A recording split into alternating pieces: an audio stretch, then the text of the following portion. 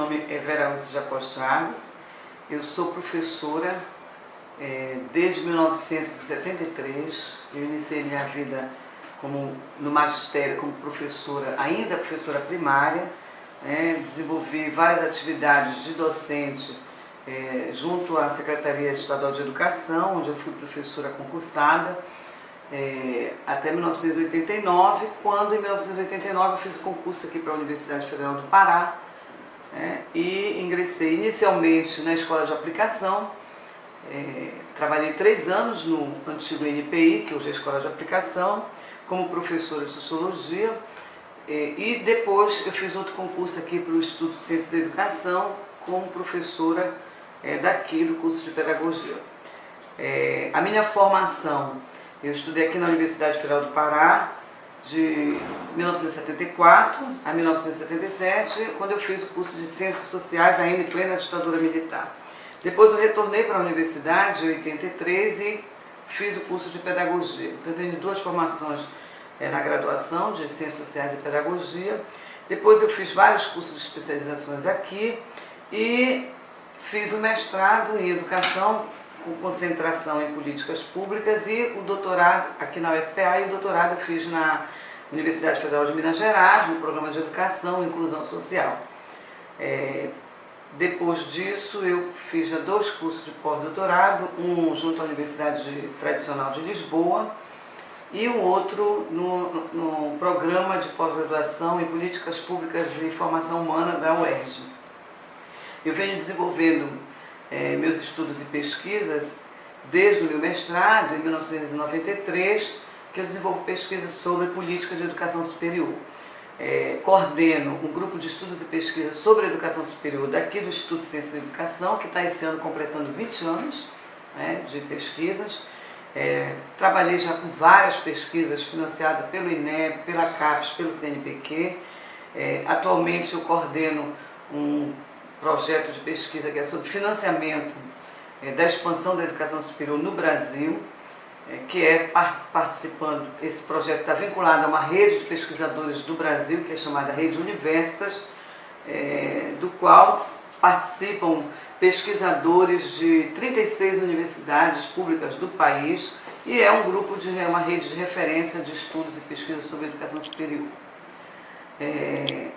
Também sou professora do programa de pós-graduação em educação daqui, trabalho orientando alunos de mestrado e doutorado e tenho bolsa produtividade do CNPq. Bem, em primeiro lugar, é importante ressaltar que eu dei as informações anteriores do meu currículo acadêmico, da minha experiência como professora. Mas, aliado a isso, eu tenho também vivenciado, faço parte, integro uma luta política e desde quando eu iniciei a minha vida como professora, inicialmente quando eu trabalhava na SEDUC, eu militava no Sintep, e depois que eu ingressei aqui na universidade, eu passei a atuar na Associação de Docentes da UFPA. Então desde 1990 que eu participo do movimento docente aqui, já fui diretora da DUFPA por várias gestões, e tenho todo o envolvimento, as pessoas aqui me conhecem, de uma luta que a gente vem construindo dentro da universidade há mais de 20 anos, 27 anos de universidade, e desde então a gente vem construindo uma luta em defesa de um projeto de universidade pública gratuita de qualidade social. Eu tenho sido, sempre o meu trabalho tem sido feito junto com as demais categorias aqui da universidade, que são dos técnicos administrativos e dos estudantes. Então a gente sempre está na luta, construindo greve, participando de todas as ações que tem como finalidade deste movimento a defesa da universidade pública, e a partir do momento que nós tomamos conhecimento de que o reitor da universidade estaria no âmbito privado organizando do seu gabinete uma antecipação do seu mandato e já uma substituição para colocar o seu candidato oficial no poder antes dele sair, este movimento organizado dos professores, técnicos e estudantes resolveu se reunir e começamos então a debater como é que nós íamos reagir a que nós compreendemos que seria um golpe. né? E a partir daí nós começamos a organizar um movimento chamado Movimento em Defesa da Universidade, e nas discussões que a gente foi fazendo dentro desse movimento, nós conseguimos a primeira vitória, que foi o reitor ter recuado, né, da sua decisão de convocar o Conselho Universitário para antecipar as eleições, e a partir daí o movimento avaliou que a gente precisava, enquanto movimento, lançar uma candidatura para a disputa de projeto dentro da universidade. Porque nós entendemos que as 4 candidaturas que estão postas já aí são candidaturas que representam o mesmo projeto, que só mudam as pessoas que vão assumir, né, a liderança desse projeto. Que o projeto que nós defendemos dos movimentos, né, é um projeto que nenhuma das candidaturas que estavam postas teriam condições de defender. E a partir daí os movimentos começaram a me convidar, avaliaram que eu seria a pessoa mais qualificada do movimento para estar nesse momento, nessa disputa, e eu aceitei o desafio junto com a professora Sandra, que também é uma lutadora, que também vem construindo todo um movimento em defesa da universidade pública ao longo da sua trajetória dentro da universidade, e a partir daí nós avaliamos que nós aceitaremos o desafio de estar apresentando um projeto diferente para essa universidade, né, e estar discutindo com a comunidade como nós do movimento temos capacidade, condições de mudar esta universidade. E é por isso que eu aceitei o desafio. Veja bem, como eu coloquei anteriormente, a nossa candidatura não é uma candidatura da Vera e da Sandra, é uma candidatura dos 3 movimentos que organizam a luta dentro da universidade e a defesa dessa universidade. Portanto, a nossa pauta é a pauta dos movimentos. E a questão das 30 horas é uma questão chave para nós, é uma questão de princípio para nós. Né? Ano passado, os técnicos fizeram uma greve fortíssima junto com os professores, e dentro da pauta dos técnicos estava as 30 horas. Depois de uma pressão no Conselho Universitário, né, os técnicos conseguiram que o Conselho aprovasse a formação de uma comissão para pensar e elaborar uma proposta de implantação das 30 horas na UFPA. Essa comissão concluiu os trabalhos, entregou para o reitor engavetou. Então a nossa proposta concreta e digo que nós com firmeza nós vamos ter condições de implantar, que é implantar as 30 horas, né, dos técnicos, considerando a necessidade não apenas só dos técnicos trabalhar 30 horas, mas da universidade atender os estudantes e a comunidade num turno de 12 horas. Então é possível a gente fazer isso, já foi feito estudo, já tem a viabilidade concreta e nós vamos implantar as 30 horas. Para além disso, há uma reivindicação dos técnicos, de fato, com uma política de capacitação. Veja bem, os técnicos, eles precisam ser valorizados dentro da universidade. Nós temos, inclusive, poucos técnicos qualificados com mestrado e doutorado, que esses poucos são mal aproveitados. Então, nós temos que, também, como proposta, uma política de qualificação que libera o técnico para fazer seus cursos de formação e, além disso, também possibilita que ele faça o curso com qualidade.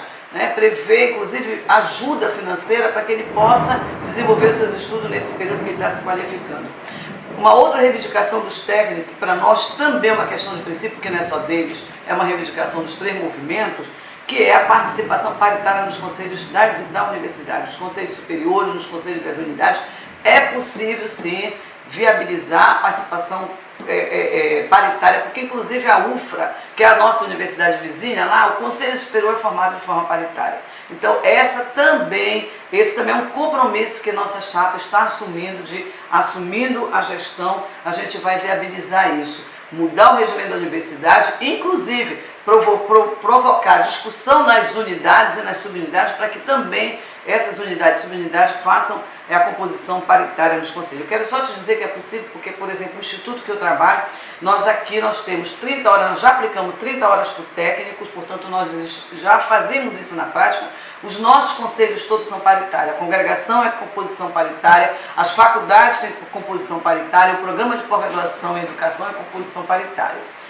Então essas são as 3 questões centrais que a gente está defendendo, que a gente vai, de fato, no nosso compromisso com os técnicos. Além disso, nós temos uma questão também, que para nós é uma questão de princípio, que é a defesa da universidade pública, é rever o contrato de privatização que foi firmado da Universidade Federal do Pará com a empresa prestadora de serviços hospitalares, ou seja, rever a privatização do Hospital Barro Barreto. E nós sabemos que esse contrato foi feito a partir de algumas irregularidades, né? Então que é possível a gente rever esse contrato e, de fato, implantar uma política de tornar o Hospital Bairro Barreto e o Hospital Betina hospital de referência no nosso estado. Veja bem, o Bairro Barreto já foi um hospital de referência. Lamentavelmente, ele se encontra numa situação de calamidade pública. Eu estive lá, várias alas estão fechadas, onde já se viu um hospital, né, que tem que tratar a saúde e ser foco de dengue, né, onde coloca em risco a vida dos trabalhadores que trabalham naquele hospital e da população que é atendida. Então, acho que nós temos tratado os hospitais universitários da nossa universidade com muita irresponsabilidade. Então, é nessa perspectiva, nós estivemos lá visitando, né, e aí é o nosso compromisso. Por exemplo, o hospital universitário, que é outra pauta de reivindicação dos técnicos, eleição direta para o dirigente dos hospitais universitários. Eles têm que ser compromissados com aquela população, com os trabalhadores que atuam no hospital. E não tem que ser cargo de confiança do reitor.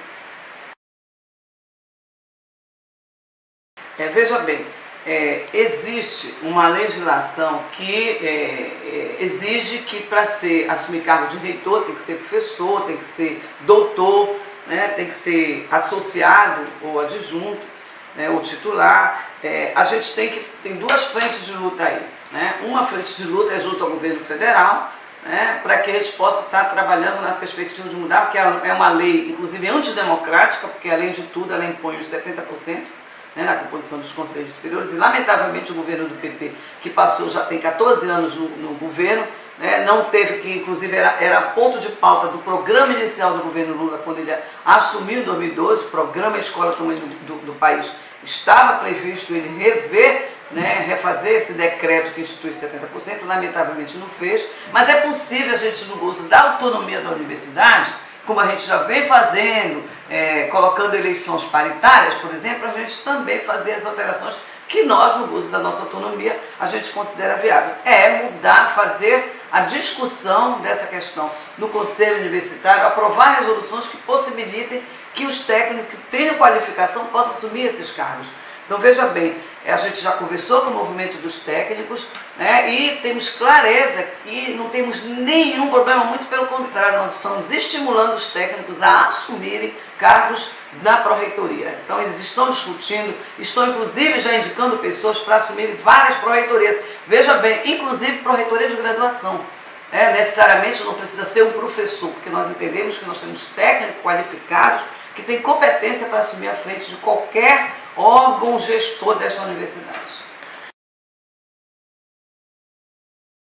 Olha, veja bem, os estudantes da nossa universidade, especialmente os estudantes da graduação, né, eles têm ao longo desses anos sido tratados de forma secundarizada.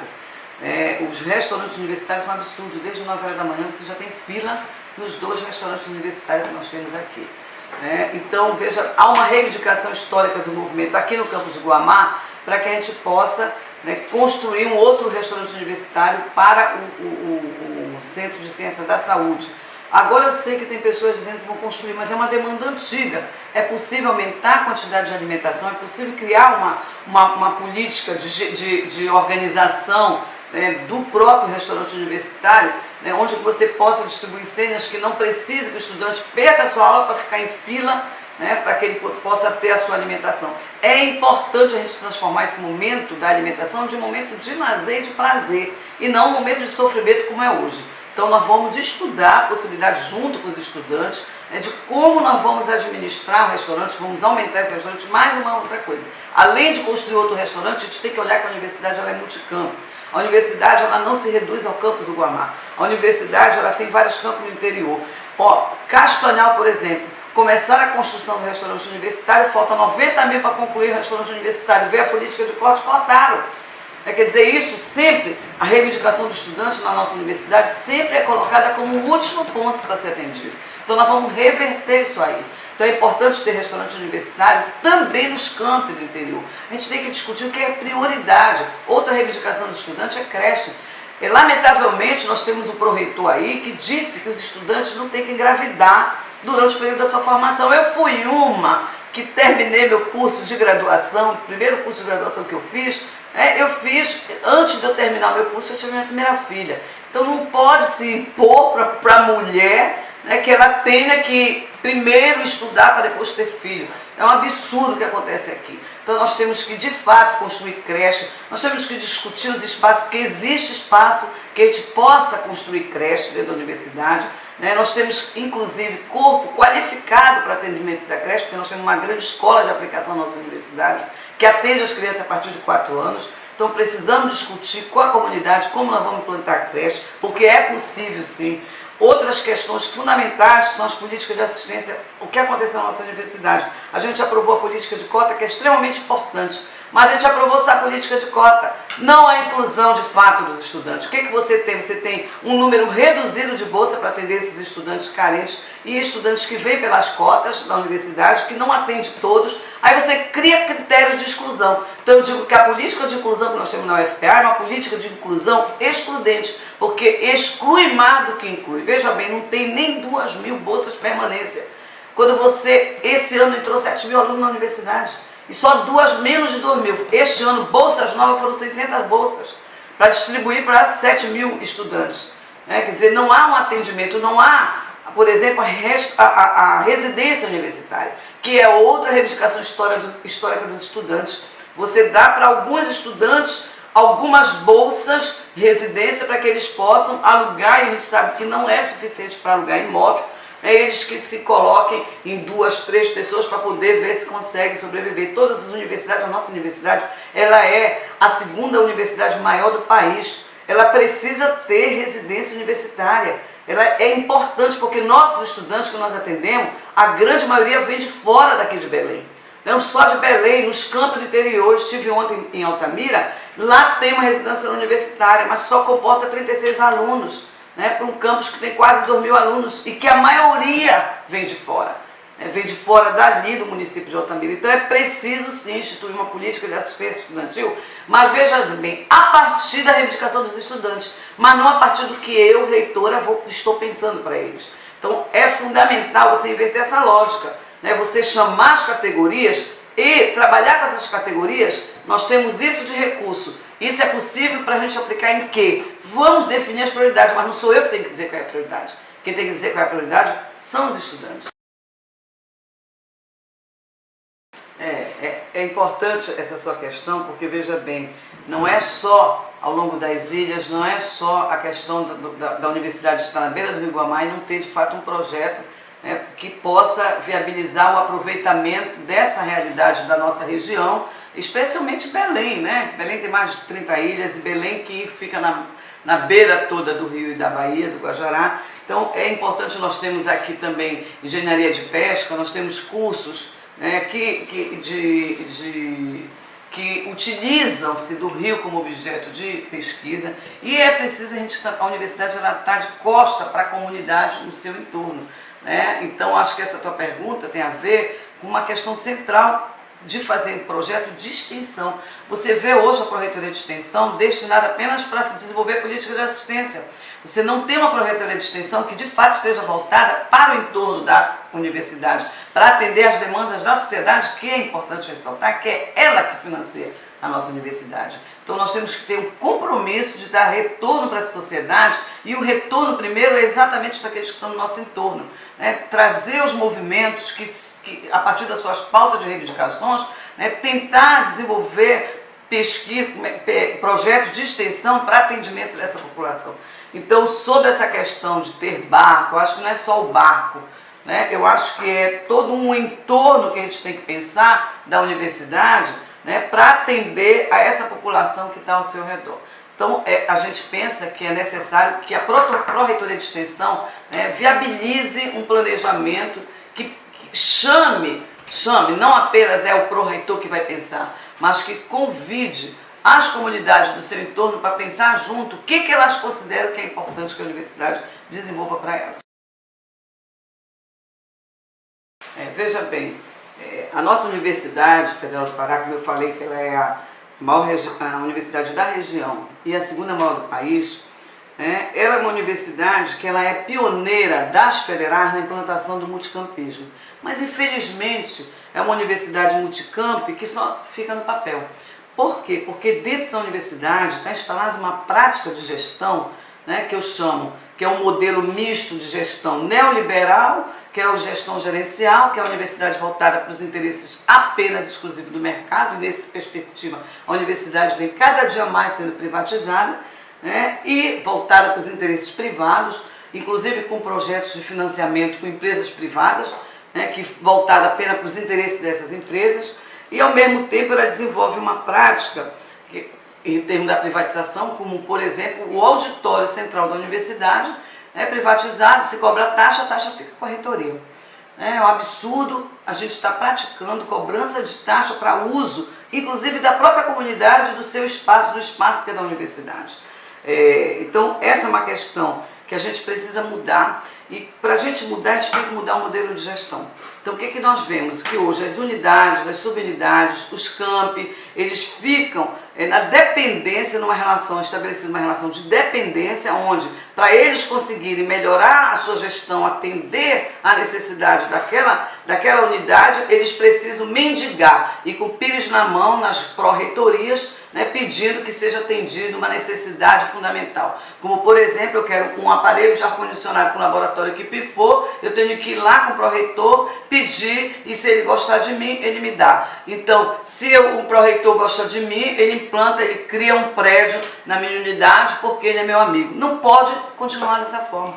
Então, você tem hoje os campi, que foi uma conquista nossa dos movimentos, a eleição direta, né, para os coordenadores de campo, mas, infelizmente, os coordenadores de campo e os diretores das unidades, eles não têm autonomia para gerenciar as suas unidades e as subunidades, porque eles ficam numa dependência financeira da reitoria. Há uma centralização e o modelo de gestão é esse modelo patriarcal. Nós queremos mudar efetivamente, e por isso para nós é uma mudança com ousadia, que é mudar esse modelo de gestão, fazer de fato a universidade implantar uma gestão democrática e participativa, onde todos possam definir como será utilizados os recursos dessa universidade. Não é uma decisão do reitor ou dos pró-reitores, mas é uma decisão colegiada, é uma decisão que vai ser tomada a partir das necessidades de cada unidade. Então é preciso ter transparência nisso. Não é um conselho de administração superior que vai decidir onde vai ser o corte, como aconteceu ano passado, que nós procuramos o reitor para saber onde é que está sendo os cortes. Não, já foi decidido onde vai ser os cortes. Então nós temos compromisso também com as empresas que prestam, os trabalhadores que prestam serviço, as empresas não, os trabalhadores que prestam serviço na nossa universidade. Que eles entram para a nossa universidade, fazem serviços de limpeza, e hoje nós estamos com um problema seríssimo de uma contratação de uma empresa que fazem dos seus trabalhadores quase que escravos, que eles vêm fazendo mutirão dentro das unidades para fazer a limpeza, e é em todo o estado, em todos os campos da universidade está acontecendo isso, e nos dias que eles não vêm, o lixo fica se acumulando. Nós temos um problema sério na universidade de segurança. Por quê? Porque nós não temos uma política de contratação de segurança da própria universidade. Nós precisamos discutir isso. Então nós temos que fazer, de fato, uma mudança radical na universidade.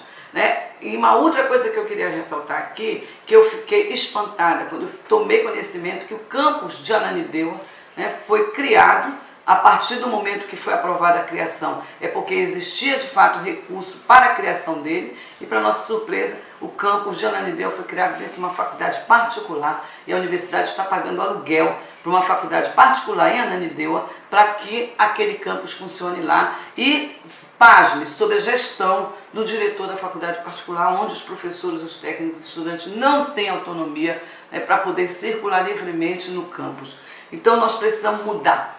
Por isso que a nossa chapa tem esse nome, Mudança e Ousadia. Mudar para transformar essa universidade, exatamente naquilo que a gente defende historicamente, que é uma universidade pública, radicalmente democrática e participativa. E para isso a gente conta com a participação efetiva dos movimentos que estão construindo essa candidatura.